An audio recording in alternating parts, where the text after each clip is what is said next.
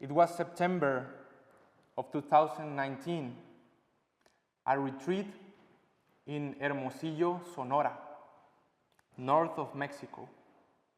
I was invited. I was with my friends, actually. We traveled 7 hours from Los Mochis to Hermosillo. The northern part of Mexico is kind of another country, like very bigger, sorry. Pleasant Retreat Center, though it was a little hot. And there we are for the first talk that evening, that Friday. The things that I was about to hear would change my worldview. Up until then, no one had explained sexuality to me in a meaningful and completely satisfactory way. And I didn't know it though.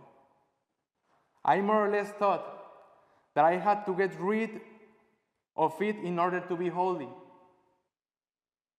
Obviously, in some way, my desires were stifled, suffocated. I still remember when I was younger, back at home, and we had a theology class in which they explained to me the 10 Commandments. It was kind of interesting. The person explaining spoke about the 6th and the 9th commandment in a very negative way. Don't do this, don't do that, this messed up, this is not the way.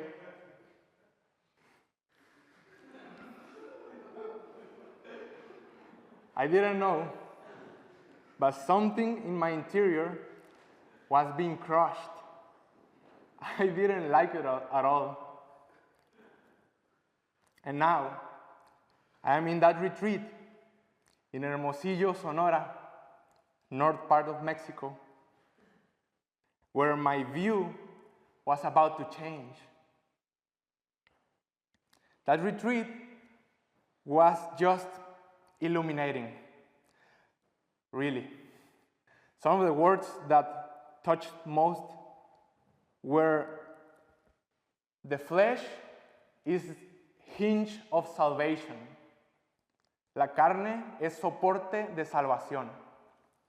And that's the catechism, by the way. You are a body. God is a body.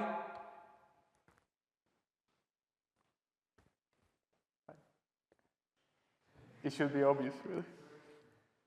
God made sexuality in order to show us who He is.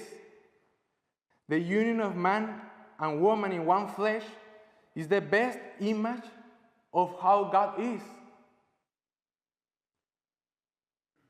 Really? Sexuality is good. Rather, it is holy. And here, one of my favorites. We were made for communion and ecstasy. We were made for ecstasy. Christianity is not about suppressing your desires. It is about redeeming them, elevating them.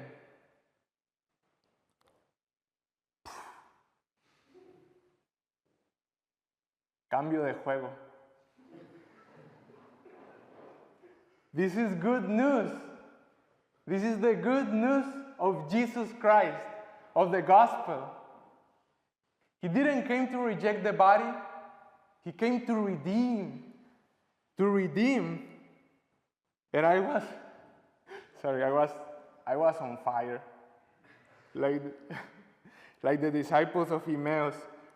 Were not our hearts burning within us while He spoke to us on the way and opened the scriptures to us? Pope Benedict says, Pope Benedict, Christianity, he says that according to Nietzsche, Christianity had poisoned the desires of the human heart. All the commandments and prohibitions of the church turn to bitterness the most precious things in human life.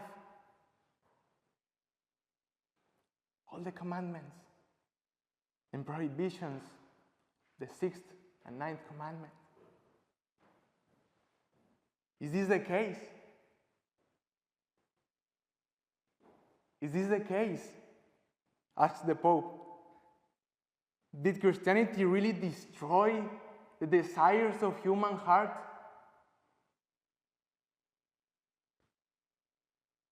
No, not so.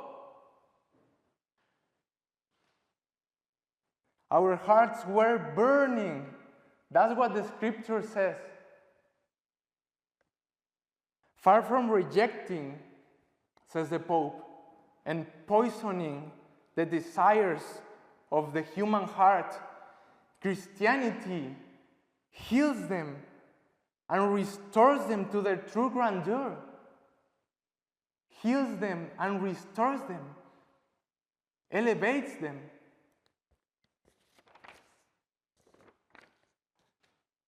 Beautiful, beautiful, Brother Alan, those things about sexuality, very beautiful, yes.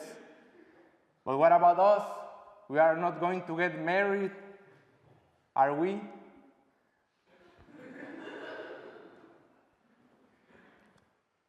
What is marriage?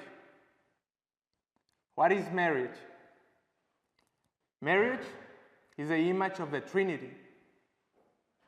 The goal of any human being is the blissful communion with the Trinity.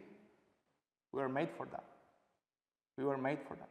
Communion and ecstasy. Most people get to it through sacramental marriage. Most people. But there are not many people like us. We, ourselves, we the guys with the cassock, we jump that image of the Trinity and go directly to God, directly into the reality. Celibacy is an anticipation of heaven.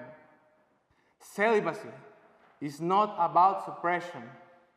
Celibacy is about desire. Celibacy is about desire. So elevate your desires to heaven. And like in Emmaus, He will make your heart burn.